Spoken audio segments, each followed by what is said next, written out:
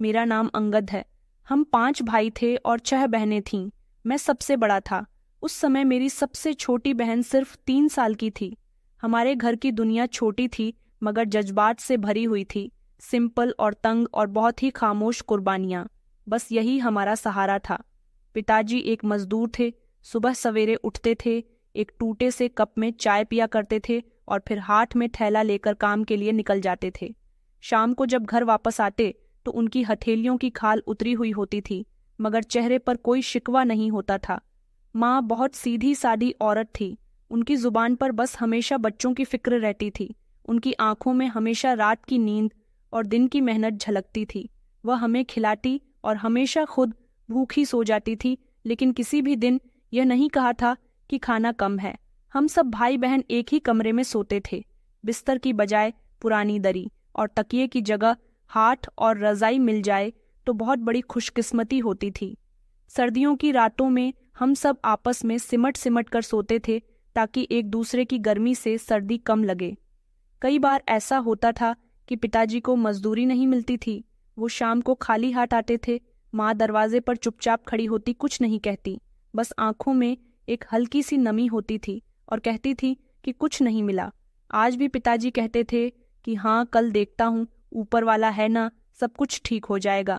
माँ चूल्हे पर खाना बनाने के लिए चली जाती थी। बची कुची दाल पकाने रख देती। पिताजी की बातें सिंपल थीं, मगर उनके अंदर दुनिया छोटी होती थी। एक बार मैंने पूछा, पिताजी, आप हर रोज थक जाते हो, कभी आराम नहीं करते? वो मुस्कुराकर बोले कि बेटा, थकावट रोटी से हल्की होती है, लेकिन बच्चों की भूख बहुत भारी। ऐसे ही दिन गुजर रहे थे। हर दिन उम्मीद के साथ शुरू होता था और एक कमी के साथ ढलता रहता था, लेकिन हमें फर्क महसूस नहीं होता था क्योंकि सब एक दूसरे के दुख में बराबर के हिस्सेदार थे। मेरे छोटे भाई हमेशा स्कूल से आकर यही पूछते थे कि भैया, हम बड़े होकर क्या बनेंगे? मैं हंसते हुए कहता कि पहले ये तो बताओ कि तुम में से बड़ा कौन है। वो सब आपस में लड़ने लगते और माँ कहती कि मेरे बच्चे तो सभी राजकुमार हैं। हमारा सबसे बड़ा आसरा हमारी माँ की प्रार्थनाएं थीं, लेकिन मैं जानता था कि उनका दिल भी एक अच्छे घर की ख्वाहिश रखता है। माँ की वो खामोश नज़र आज तक याद है, जब वो किसी पड़ोसी के घर देखती और फिर फौरन नज़र चुरा लिया करती थी।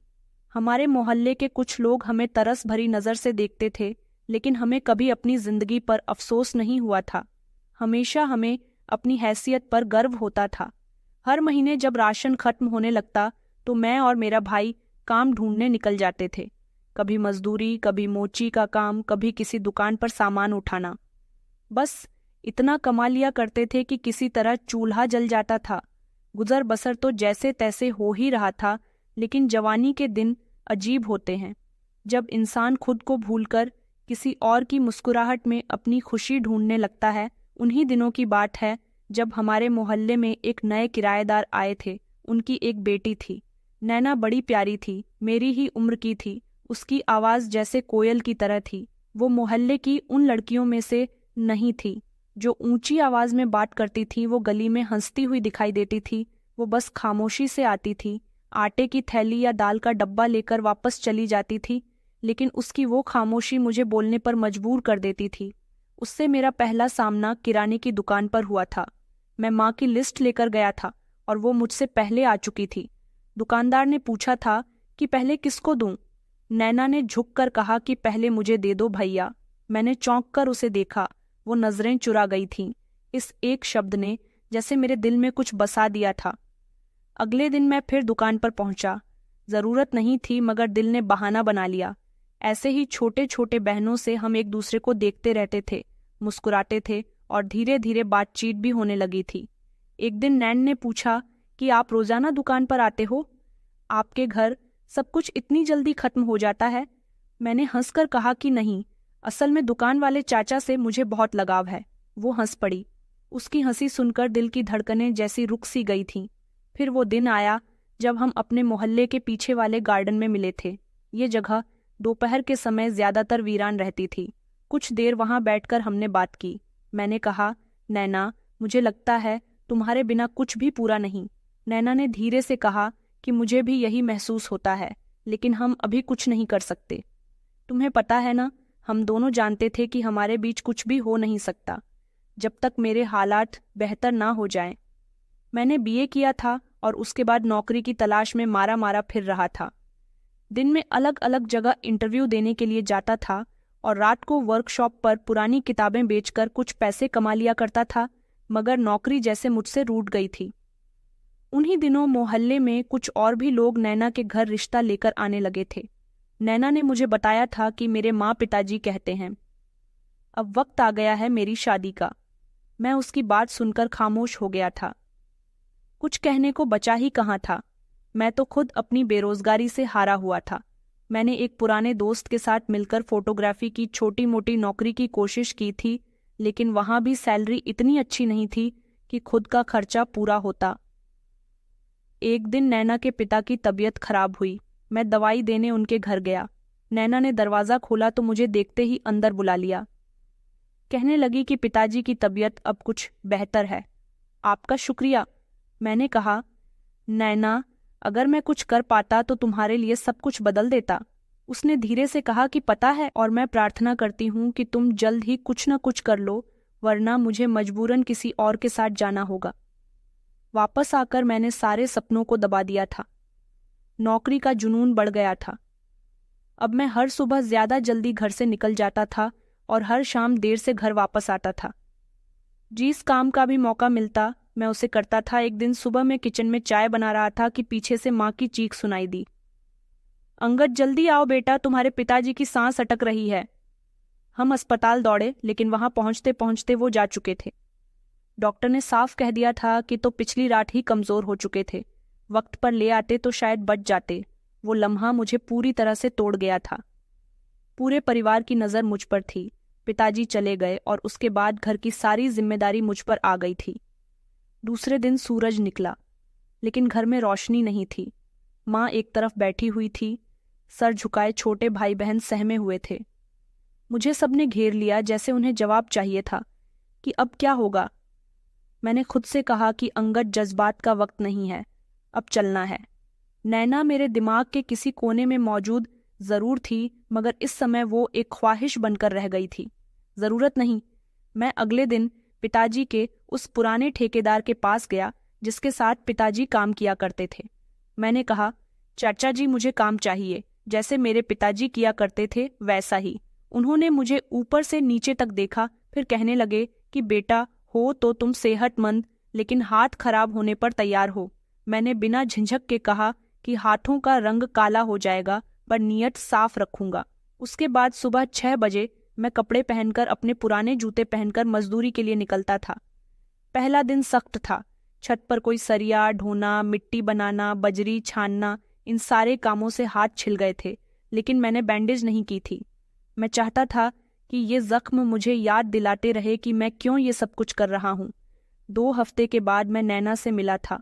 वो मुझे गली के नुक्कड़ पर खड़ी नजर आई तो उसकी आंखों में सवाल थे। उसने कहा, अंगद, क्या तुमने अपनी मम्मी से बात की है? मैंने सिर झुकाकर कहा कि नहीं। नैना, पिताजी इस दुनिया से चले गए। सबकी जिम्मेदारी अब मेरे सर पर आ गई है। वो कुछ लम्हे के लिए खामोश हो गई। कुछ देर के बाद कहने लगी, तो फिर हम क्या करेंगे? मैंने धीरे से कहा, तुम्हें भूलने की कोशिश करनी पड़ेगी और मैं तुम्हें याद रखने की सजा पूरी करूंगा।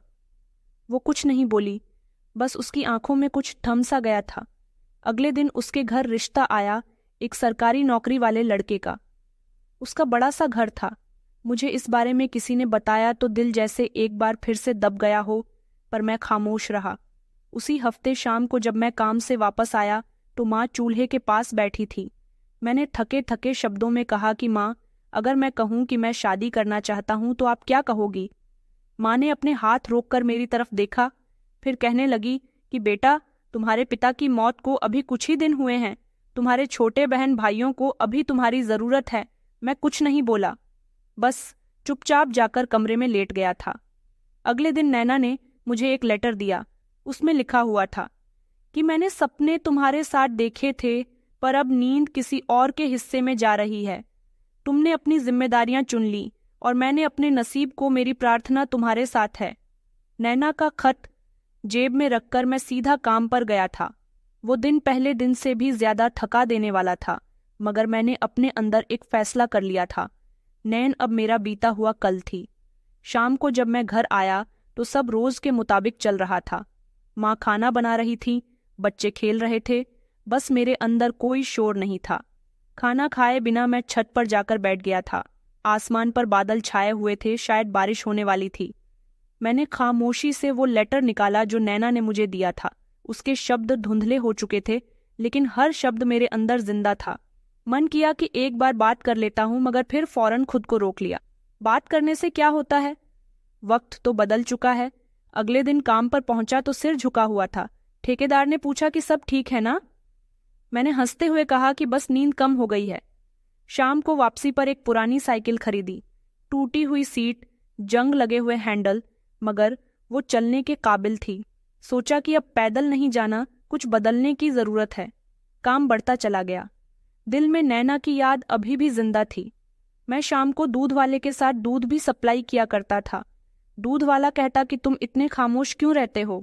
मैं हंसता और कहता कि खामोशी भी एक तरह का शोर होती है जो अंदर होती है। रातें अब और लंबी हो गई थीं। कमरे में सब सोते थे, लेकिन मैं जागता रहता था। एक दिन बाजार में मुझे नैना अपनी माँ के साथ नजर आई। उसके हाथों में मेहंदी लगी हुई थी, चेहरे पर हल्की सी शर्म थी। मेरी नज़र उस पर पड़ी तो वो फौरन हट गई। वो मेरी तरफ नहीं देख रही थी। ये शायद देखा और नज़र फेर ली। मैं नहीं जानता था कि नैना की शादी हो गई है।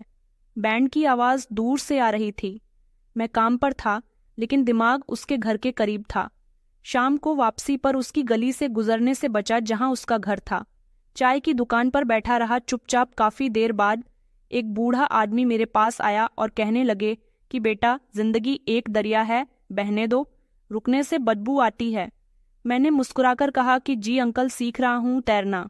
नैना के बाद मैंने खुद से वादा किया था कि अब दिल से नहीं, दिमाग से फैसला करूंगा। जज्बात को कमरे में बंद कर दिया, चाबी काम पर रख दी। वक्त गुजरता गया, मैं मशीन बनता गया।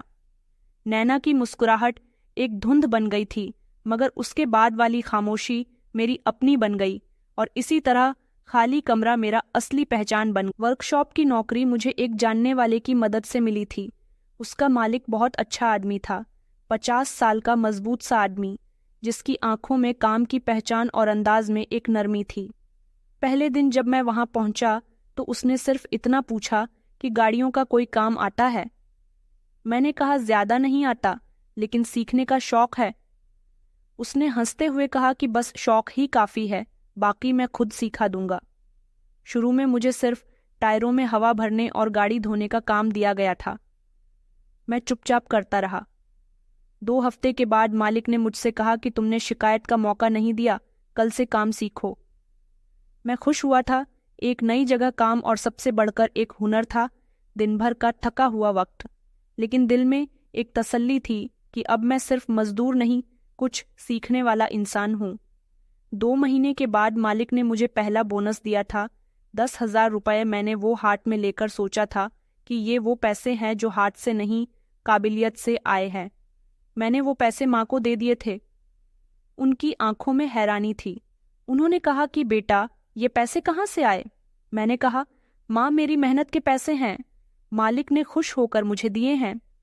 उसी दिन मैंने एक रजिस्टर खरीदा। उसके पहले पेपर पर लिखा, ये वो दिन है जब सपने की पहली ईंट रखी गई। काम के साथ साथ मैंने चुपके बाहर जाने का सोचना भी शुरू कर दिया था। कई लोगों को बाहर से पैसे आते देखे, उनके घरों के हालात बदल गए, गली में नई गाड़ियां लगीं, और माँ की बातों में भी कभी कभी ख्वाहिश झलकती दिखाई देती थी कि काश उनका एक बेटा भी बाहर होता तो शायद घर जल्दी ही ठीक हो जाता।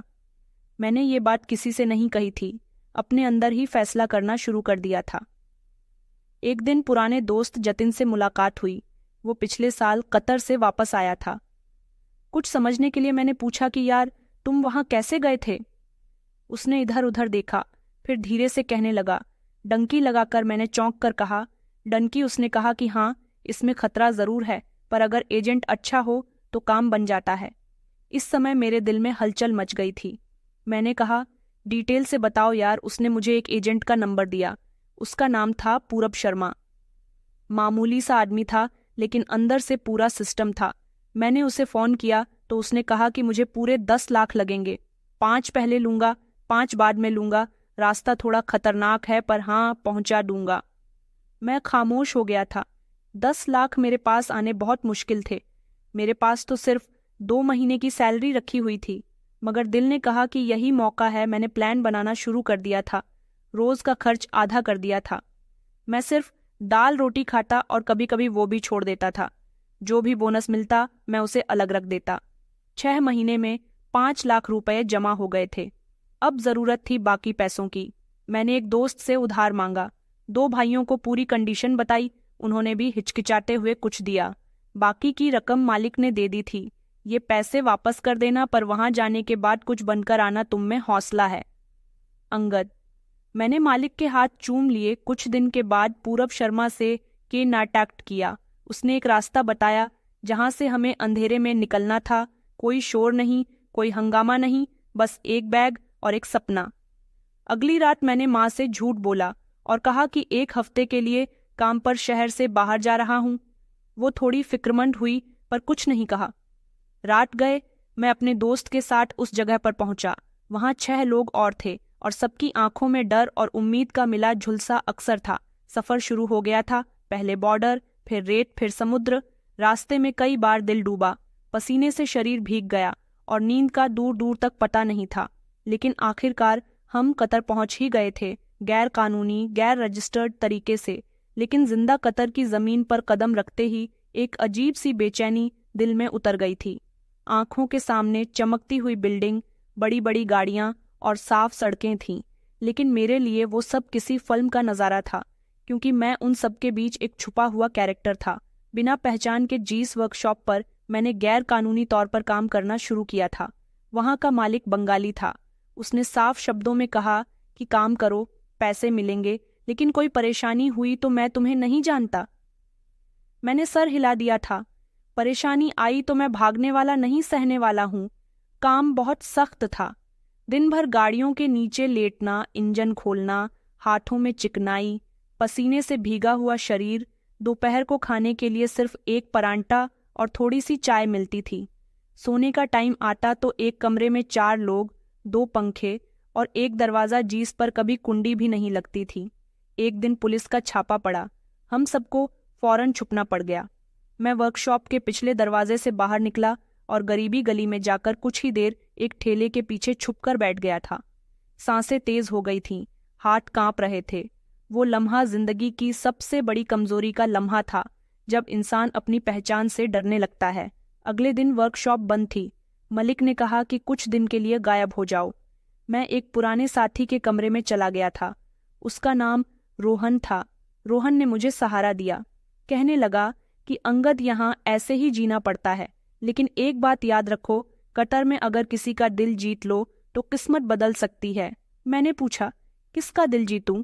यह सब तो अपने अपने फायदे में लगे बैठे हैं।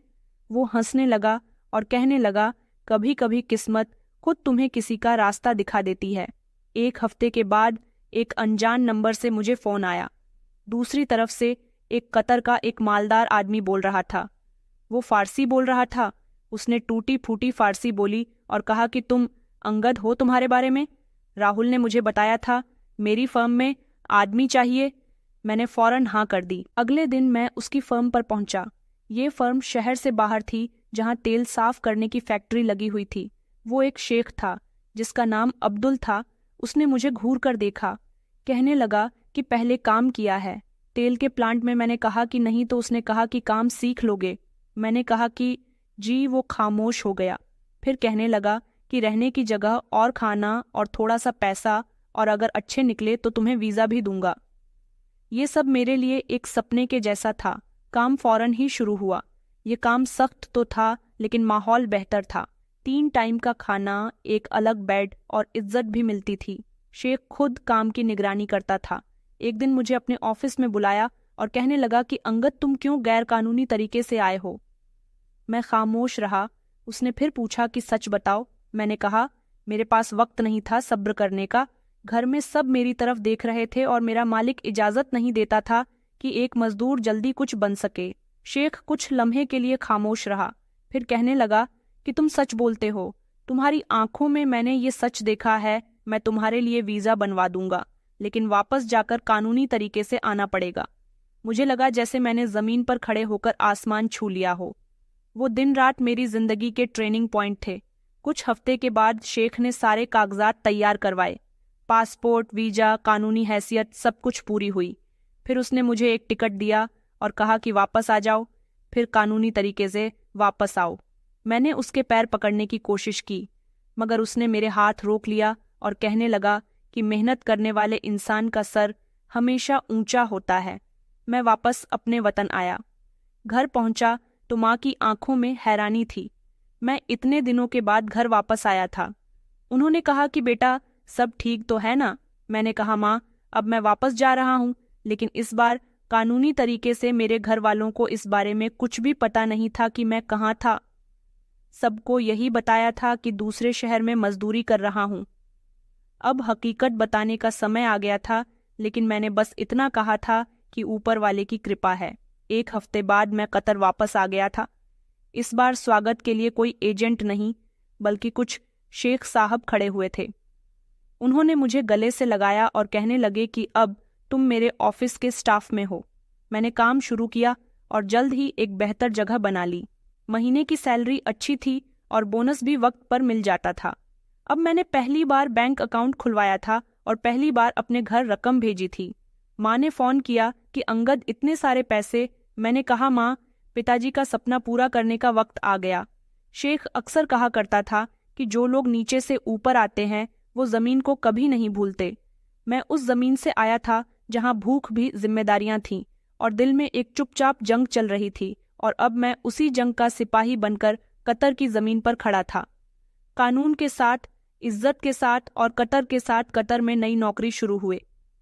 कुछ ही महीने गुजरे थे कि मेरी रूटीन एक मशीन की तरह हो गई थी। वह 7 बजे फैक्ट्री जाता था, शाम 6 बजे वापस आता था और रात को 1 घंटा सिर्फ वो फोन कॉल जो हर हफ्ते घर पर लगती थी। मैं सैलरी के साथ साथ ओवर टाइम भी करता था और जो बोनस मिलता था वो एक तरफ को रख देता था। महीने की आखिरी तारीख को हमेशा एक ही काम किया करता था, बैंक जाकर पैसे माँ के अकाउंट में ट्रांसफर करना। एक दिन माँ का फोन आया, कहने लगी कि बेटा, छोटे वाले भाई राघव का एडमिशन कॉलेज में हो गया, फीस ज्यादा है। मैंने जवाब दिया, माँ आप बेफिक्र रहो, मैं फीस भेज दूंगा। कल ही फिर एक और महीना गुजरा तो माँ ने बताया कि बेटा तुम्हारी बहन राखी के लिए रिश्ता आया है, लड़का बहुत अच्छा है, बस कुछ तैयारी करनी है। मैंने अगले हफ्ते बोनस की रकम भेज दी। उन दिनों घर की हर एक जरूरत पूरी करना एक अजीब सा सुकून देता था, लेकिन मेरे अंदर खामोशी से एक वक्त गुजर रहा था। उम्र जैसे रेत की तरह हाथों से फिसलती जा रही थी, पर मैंने खुद से कहा कि अभी रुकना नहीं है। काम पर भी अब मेरी पहचान बन चुकी थी। शेख साहब अक्सर अपने ऑफिस के काम भी मुझे दिया करते थे।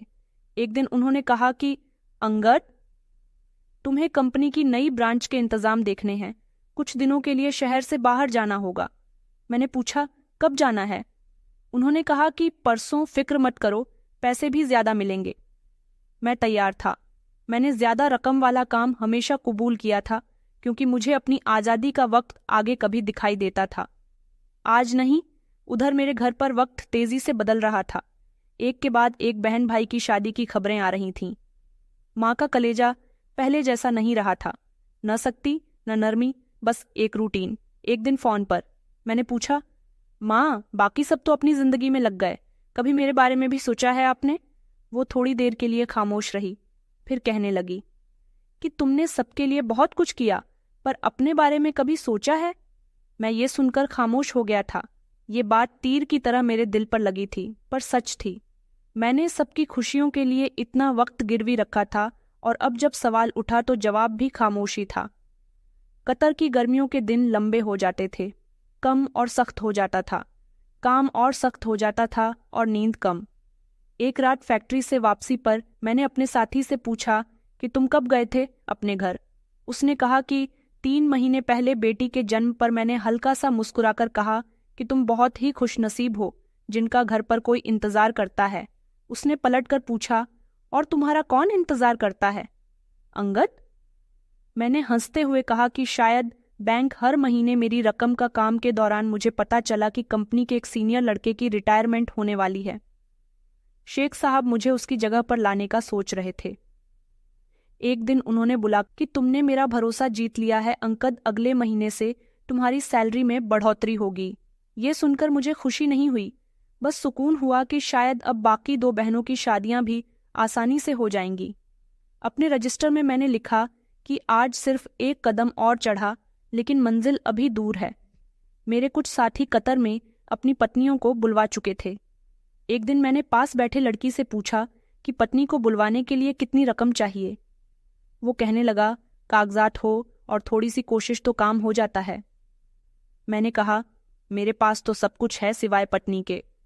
वो हंसकर कहने लगा, तो फिर पहले पत्नी ले आओ, बाकी का काम हम करवा देंगे। अब मेरी उम्र 40 के करीब हो गई थी और सफ़ेद बाल आईने में दिखाई देने लगे थे। मैंने खुद को ध्यान से देखा और पहली बार मेरे दिल में सवाल उठा कि क्या सच में मैंने सब कुछ कुर्बान कर दिया है या कहीं अपने लिए कुछ बचाया भी है। शायद ये वो समय था जब मुझे खुद के लिए कुछ सोचना पड़ता, लेकिन दिक्कत ये थी कि मैं अपने फैसले से इतना दूर हो चुका था कि खुद से बात करना भी मुश्किल लगता था। फिर भी सपने बदल रहे थे। पहले सबके लिए थे, लेकिन अब शायद खुद के लिए भी होने लगे थे। ऑफिस से वापस आने पर मैं अपने कमरे में बैठा रोज की तरह चाय पी रहा था जब हिंदुस्तान से मेरे एक पुराने रिश्तेदार मोहन का फोन आया। उसकी बातचीत मामूली थी। पहले उसने मेरे हालचाल पूछे और काम की खबर ली। उसके बाद फोन बंद करते समय उसने एक शब्द ऐसा कहा जो मेरे दिल में उतर गया था। उसने कहा कि अंगद भैया, कब तक ऐसे गुजारा करते रहोगे? अब सबकी शादियां हो चुकी है, तुम्हें भी अपनी जिंदगी का फैसला कर लेना चाहिए। मैंने हल्का सा हंसते हुए कहा कि फैसला करने के लिए कुछ बचा ही कब है। उसने फौरन जवाब दिया, फैसले कभी खत्म नहीं होते, बस वक्त पर पूरे होने होते हैं। एक बात कहूं, बुरा मत मानना। मैंने कहा, हाँ बोलो यार, अब क्या छुपाना। उसने कहा, एक लड़की है, नाम है संजना, अपने भाइयों के साथ रहती है। उसके घरेलू हालात अच्छे नहीं हैं, लेकिन लड़की बहुत अच्छी है। अगर चाहो तो बात आगे बढ़ाऊं। मैं कुछ देर के लिए खामोश रहा, फिर पूछा कि लड़की को पता है? उसने कहा कि नहीं, अभी पहले तुम तो हाँ कहो तब बात शुरू करूंगा। मैंने कहा, देखो भाई, मैं कोई राजकुमार या अमीर आदमी नहीं हूं। मैं यहाँ कतर में हूं। उम्र भी 40 के करीब हो गई है, बाल सफ़ेद हो गए हैं। मोहन ने हंसते हुए कहा कि इसलिए तो कह रहा हूं कि वक्त हाथ से मत निकलने दो। लड़की की ज़रूरत है तुम्हें और तुम जैसे आदमी की किसी को। अगले दिन मैंने कुछ ज़्यादा नहीं सोचा, बस हाँ कर दी थी। 2 दिन के बाद मोहन ने बताया कि बात चल पड़ी है। लड़की की सौतेली माँ पहले तो हिचकिचाई थी, लेकिन जब कुछ रकम की बात हुई तो फौरन मान गई। मैंने कहा, कुछ रकम मतलब? उसने कहा कि थोड़ा सा खर्च लड़की की शादी पर हो जाए, कुछ रिश्तेदारों को तसल्ली हो जाएगी। मैंने हिसाब लगाया कि मेरे पास इतने पैसे थे कि शादी सिंपल तरीके से हो जाए। फौरन इजाज़त दे दी। अगले हफ्ते हिंदुस्तान जाने की परमिशन मंजूर करवाई। किसी को ज्यादा नहीं बताया, बस माँ को शादी से 2 दिन पहले खबर कर दी। माँ ने सुनकर कुछ देर खामोशी रखी, जैसे उन्हें यकीन नहीं आ रहा हो। उन्होंने कहा कि तुम अचानक ये फैसला कैसे कर सकते हो? मैंने कहा, माँ, सबके लिए सब कुछ किया, बस अब दिल चाहा कि अपने लिए भी कुछ सोचूं। माँ ने कहा, लड़की कैसी है? मैंने कहा, अनाथ है, बाकी सब ऊपर वाले पर छोड़ दिया है। माँ ने कुछ नहीं कहा, बस सर हिला दिया। शादी वाले दिन जब संजना को पहली बार देखा तो कुछ देर लगी समझने में कि ये वही लड़की है जिसके बारे में सुनकर मैंने फैसला किया था। सिंपल, कम उम्र की और नज़र झुकाए हुए बैठी थी। शादी की रात मैंने पूरे दिल से प्रार्थना की थी कि इस बार कुछ सुख दो। हम दोनों के लिए विदाई नहीं हुई थी। मुझे 2 हफ्ते बाद कतर वापस जाना था। माँ के घर में एक पोषण खाली था, वहीं मेरे लिए तैयार कर दिया गया। संजना वहीं पर आ गई। शादी के बाद पहली बार में काम के लिए निकला संजना ने दरवाजे पर आकर कहा कि रात को जल्दी वापस आ जाना, खाने में आपकी पसंद की चीज़ बनाऊंगी। मैंने मुस्कुराकर कहा कि बस यही काफ़ी है कि कोई मेरा इंतज़ार करता है। उन दिनों पहली बार मुझे एहसास हुआ था कि जिंदगी सिर्फ कमाने और भेजने का नाम नहीं है। कुछ अपना वक्त भी होता है जो किसी और के साथ बांटना जरूरी होता है। संजना के साथ 2 हफ्ते ऐसे गुजर चुके थे जैसे बरसों की थकन उतर गई हो। वो न सिर्फ खुश मिजाज थी बल्कि बहुत समझदार थी। मेरे लिए हैरानी की बात थी कि वो उम्र में मुझसे पूरे 20 साल छोटी होने के बावजूद भी मेरे सुख दुख को समझने की हैसियत रखती थी। एक शाम मैंने कहा कि संजना, तुम्हें अपने इस रिश्ते पर कोई ऐतराज तो नहीं हुआ? उसने नरमी से जवाब दिया कि जिंदगी में कोई सहारा ना हो तो ऊपर वाला जो भी दे वही काफी लगता है, और आप मेरे लिए मेरा पूरा संसार बनकर आए हो। मैं खामोश हो गया था। पहली बार लगा कि शायद नैना को छोड़कर जो फैसला किया था वो गलत नहीं था। कतर वापसी से एक दिन पहले संजना बहुत खामोश रही। रात को मैंने पूछा, क्या सोच रही हो? उसने कहा, बस दिल नहीं चाहता कि आप चले जाओ। मैंने वादा किया कि जल्द ही तुम्हें अपने पास बुला लूंगा। इस बार मैं अकेला नहीं जाऊंगा, बल्कि वापस तुम्हारे लिए रास्ता बनाकर आऊंगा। मैं वापस गया तो दिल में एक नई रोशनी थी। काम पर सबने खुशी जाहिर की। शेख साहब ने पूछा कि शादी हो गई? मैंने कहा कि जी। उन्होंने कहा कि अच्छा किया, जिंदगी अकेले ना गुजरे तो बेहतर होता है। मैंने जल्दी से संजना के वीजा की फाइल बनवाने की तैयारी शुरू कर दी थी। बैंक में रकम अलग की, वकील से बात की, कागजात इकट्ठे किए। हर रात संजना से फोन पर बात होती थी। वो बताती थी, आज माँ ने आपकी पसंद की चाय बनाई थी, जैसी आपको पसंद है, और मैंने आपके कमरे की सफाई की। मैं हंसता था और कहता था कि चाय तो मुझे तुम्हारे हाथ की ही पसंद है। माँ को भी ये बात जल्दी पता चल जाएगी। जिंदगी में पहली बार समय तेजी से भाग रहा था और मेरे हाथों में उम्मीद की डोर थी। अब अकेलापन का वो खाली कमरा एक नया चेहरा बन चुका था। संजना अब सिर्फ मेरी पत्नी नहीं थी, वो मेरे लिए नए सपनों का दरवाजा भी थी। कतर वापस आया तो पहली बार लग रहा था जैसे पीछे कुछ छोड़ आया हूं जो मेरे दिल से जुड़ा हुआ है। काम पर वापसी के बाद सबने हालचाल पूछा। शेख साहब ने मुस्कुराहट के साथ कहा, अब तो तुम्हारी वापसी भी खुशी की खबर लाई है। मैं सिर झुकाकर मुस्कुरा दिया। सच में पहली बार जिंदगी में वापसी का मतलब कुछ अच्छा था। संजना से रोज फोन पर बात होती थी। वो छोटी छोटी बातें बताया करती थी कि आज माँ ने कहा कि मैं किचन अच्छे से संभाल लेती हूँ। याद सारिका दीदी ने मुझसे पकौड़ों की रेसिपी पूछी। मुझे ऐसा महसूस होता था कि जिंदगी का रोज एक छोटा सा खत खोल रहा हूँ जिसमें घर की खुशबू बसी होती है। कतर में वीजा के कागजात पूरे करने में 2 हफ्ते लग गए थे। मैं हर कागज पर सिग्नेचर करते समय एक ही ख्याल सोचता था कि जल्द ही संजना यहाँ होगी और मेरा कमरा कमरा नहीं घर बन जाएगा। एक शाम में काम के बाद बिस्तर पर लेटा हुआ था कि माँ का फोन आया। उनकी आवाज़ बहुत कमजोर थी। उन्होंने कहा कि अंकल, तुमसे कुछ कहना है बेटा। मैं सीधा होकर बैठ गया था। मैंने कहा कि क्या हुआ है माँ? उन्होंने कहा कि बेटा, संजना घर पर नहीं है। मैंने हैरान होकर पूछा, कहाँ गई है? उन्होंने कहा कि सुबह बाजार गई थी, वापस नहीं आई। शाम तक इंतजार किया, फिर जानने वालों से पूछा, कोई पता नहीं चला। मेरे हाथ से फोन छोड़कर गिर गया था। आंखों के सामने अंधेरा छा गया था। कमरे में मौजूद लड़के ने आवाज दी और कहा कि क्या हुआ है अंगद? मैंने झुककर फोन उठाया, कान से लगाया और हल्की आवाज में कहा, माँ, पुलिस को खबर कर दी? उन्होंने कहा कि हाँ बेटा, मैं थाने गई थी, रिपोर्ट दर्ज हो गई है। लेकिन वो लोग बस ये कहकर फ्री हो गए कि खुद चली गई होगी। मुझे कुछ समझ नहीं आ रहा था। संजना जो 2 महीने मेरे साथ थी, जो मुझसे रोज फोन पर बात करती थी, वो अचानक कहाँ जा सकती थी? अगले दिन मैंने छुट्टी ली। कुछ करने को दिल नहीं चाह रहा था। ऑफिस में शेख साहब ने पूछा कि आज तुम्हारा रंग बहुत बुझा बुझा सा लग रहा है, सब ठीक है ना?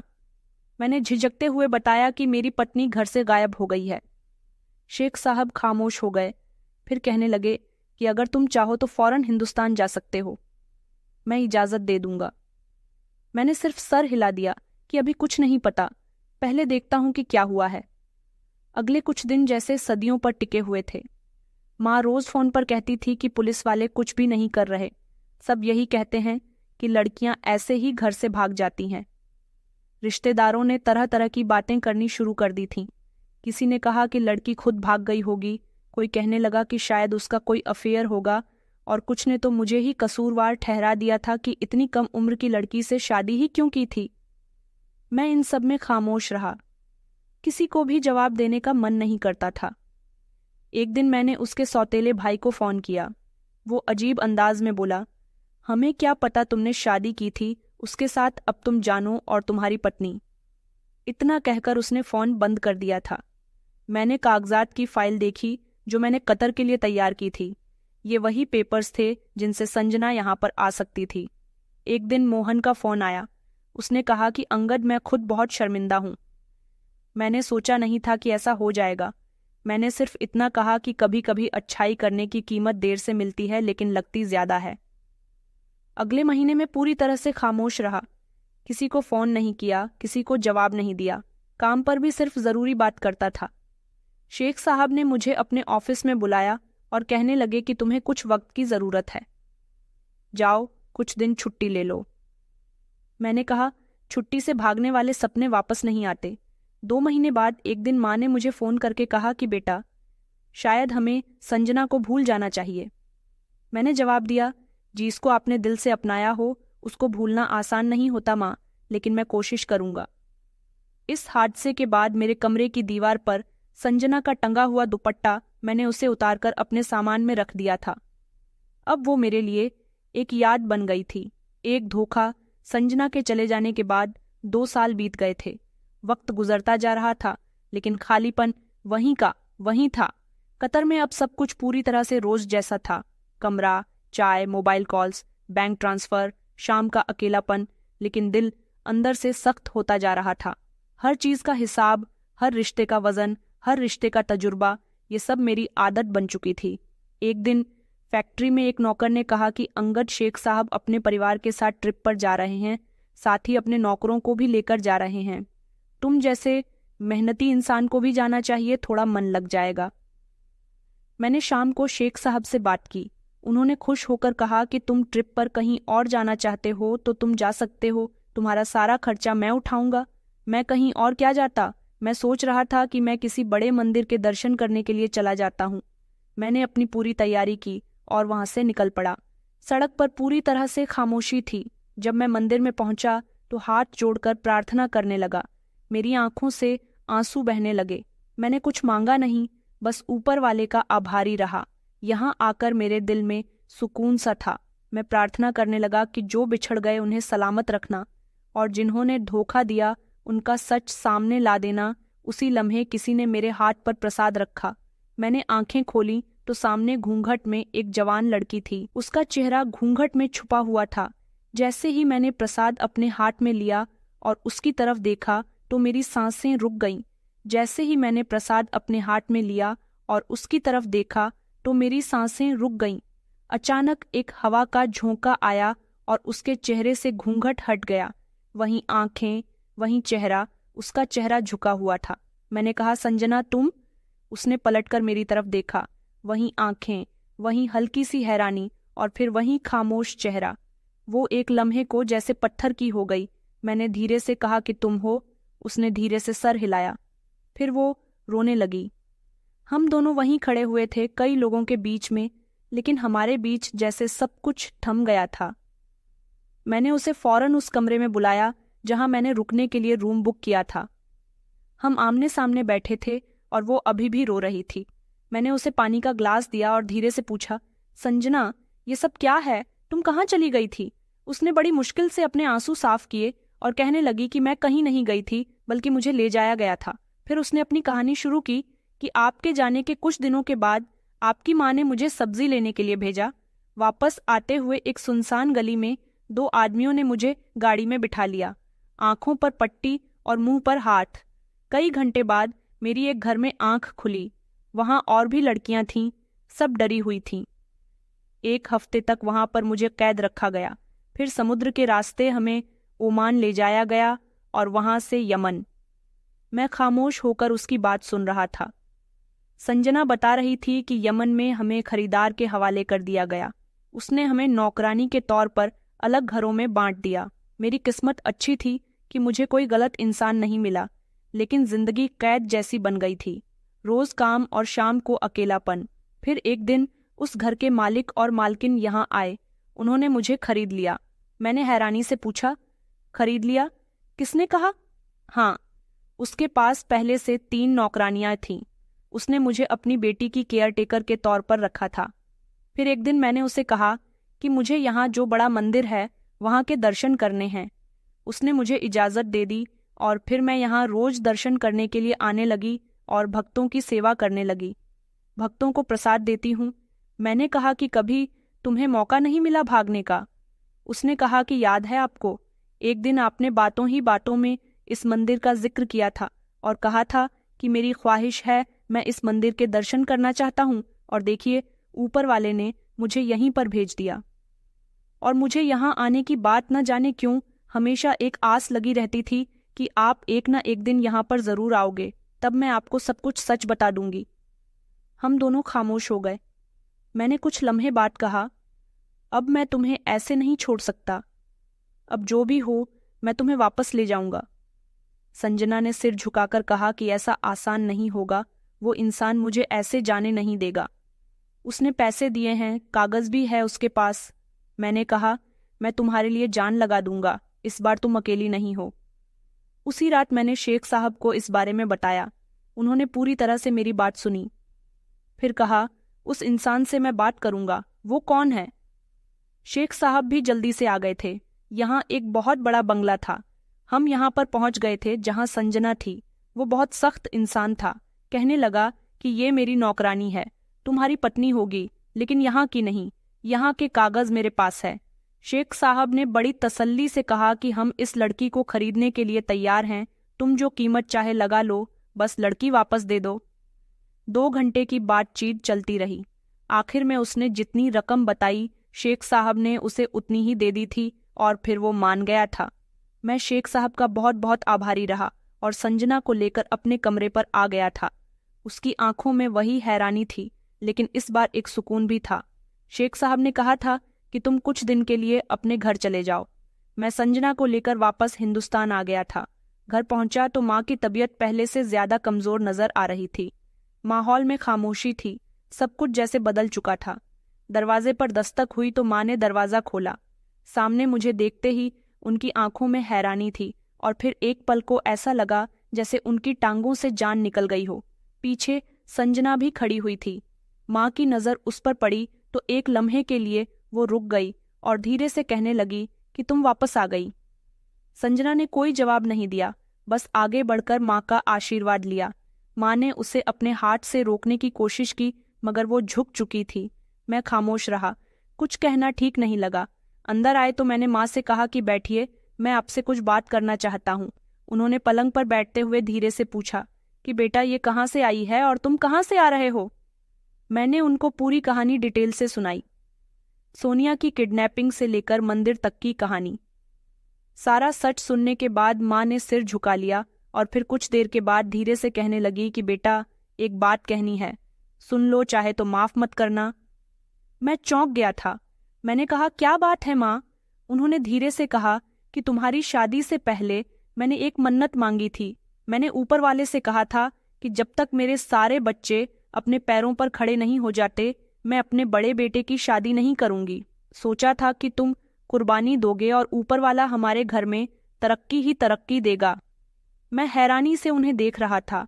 उन्होंने कहा कि जब तुम संजना को लेकर आए, मैंने उसे कबूल कर लिया, मगर मेरे दिल में वो मन्नत अभी भी जिंदा थी।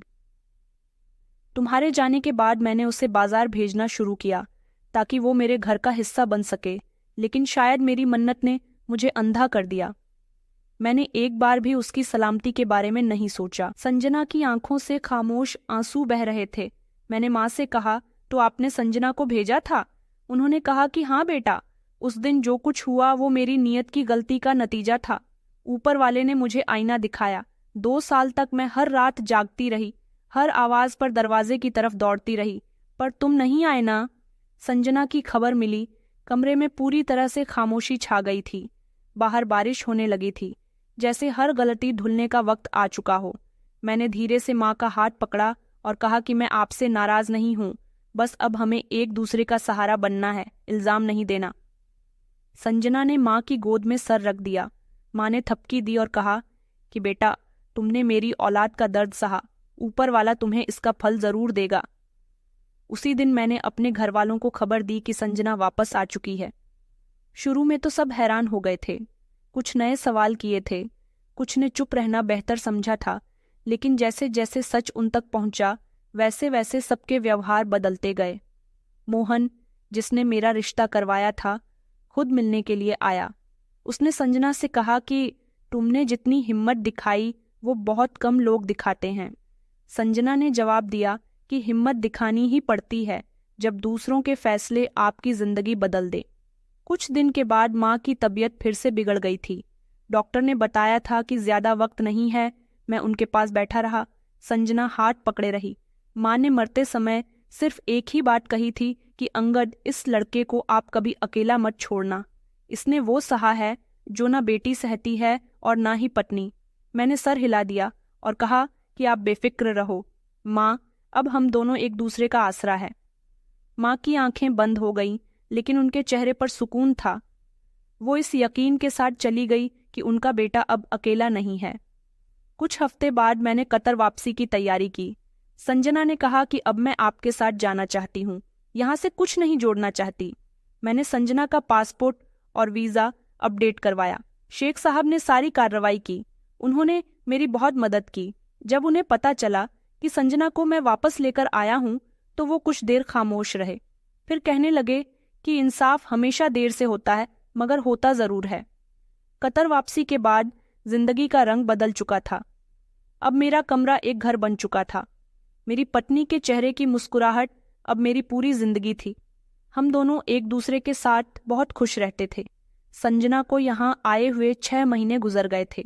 उसे माँ बनने की खुशी मिली और फिर उसने कुछ समय के बाद बेटे को जन्म दिया। अब हमारा परिवार भी पूरा हो गया था। मैं बहुत खुश था कि मैं हमेशा अपनी बहन भाइयों के लिए इतनी मेहनत करता रहा। अब अपनी संतान के लिए करूँगा जो मेरे नाम से आगे बढ़ेगी। अब शायद मैं पूरा हो गया हूँ। मेरे बेटे का चेहरा बिल्कुल मेरी पत्नी के जैसा था।